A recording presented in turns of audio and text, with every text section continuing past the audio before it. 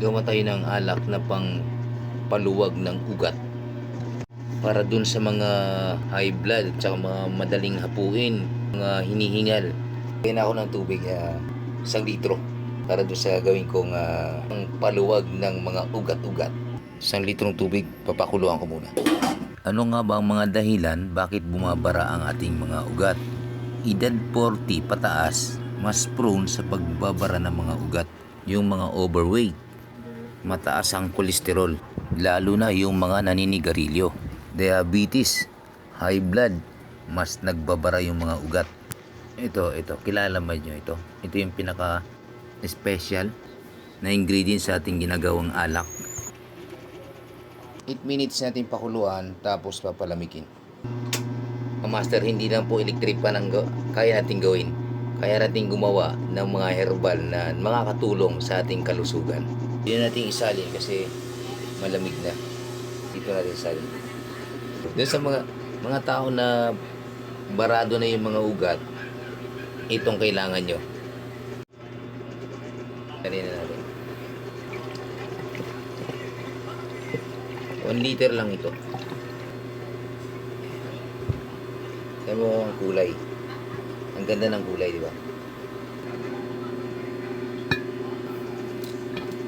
Halo natin lahat ng mga ingredient para mas lalong tumaas ang concentrated ng ating mga ingredient.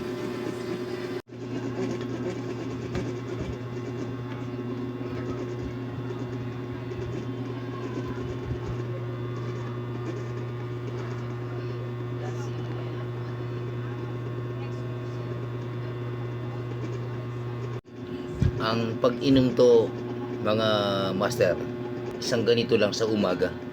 Minom ka muna ng tubig na mainit, na maligamgam. Tapos isunod mo ito. Apang ibang laman yung tiyan mo, maliban sa tubig na maligamgam. Isunod mo to. Subukan mo. Holy Week ngayon, itong gagawin ko. Pero hindi to anting-anting. Malaking tulong to para sa may mga bumabarang mga ugat. High blood, yung mga high blood, malaking tulong po ito. Isang ganito lang sa umaga.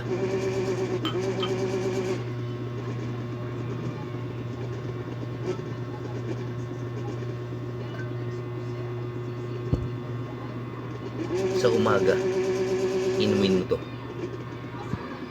Maniwala ka sa akin.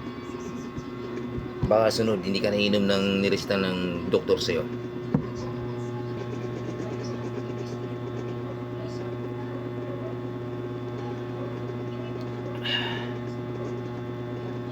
Ang lasa nito, manamis-namis na mabango.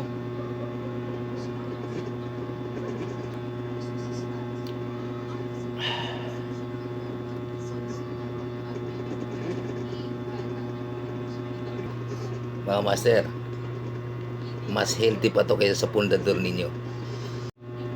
Ito, alam nyo to, malaking tulong din to sa ating kalusugan.